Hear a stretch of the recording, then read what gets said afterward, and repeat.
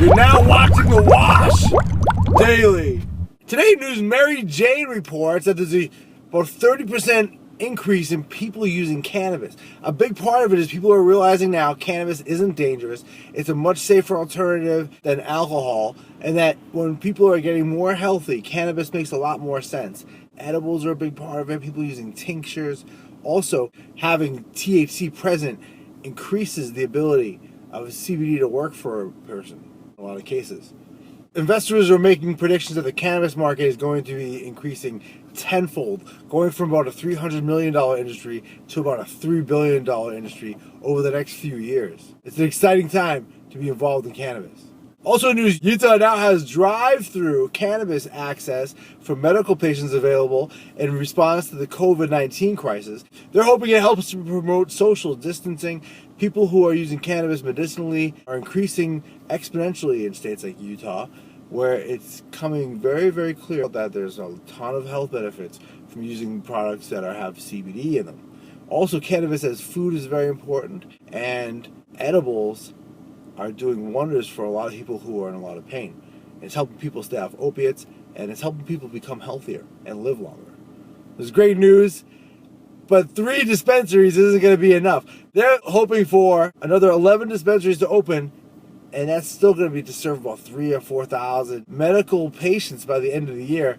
The World Trade Organization isn't involved in cannabis yet, but they're certainly going to be. As member states are domestically legalizing cannabis, it opens a can of worms for international trade. As countries open up cannabis, regulations around cannabis concerning packaging or potency aren't necessarily standardized globally. So there's countries who might have a product who don't have any reason they don't foresee aren't able to participate in commerce in the markets of other member states. And this could lead to big problems and big lawsuits, and a lot of people might get sued. The World Trade Organization is going to have to start looking at cannabis. Not just cannabis, but hemp also.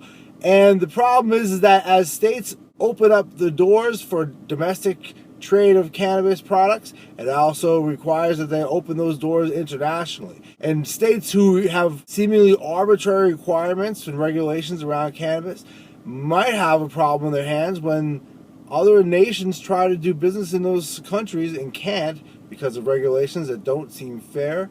They might spend a lot of time and money in court.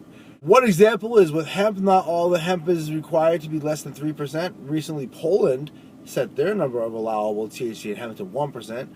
And so this is a situation we could see in the future of one country's allowable hemp not being allowed for a percentage of THC. The World Trade Organization is going to have to figure out what to do with the inconsistencies. Thanks for watching The Wash Daily.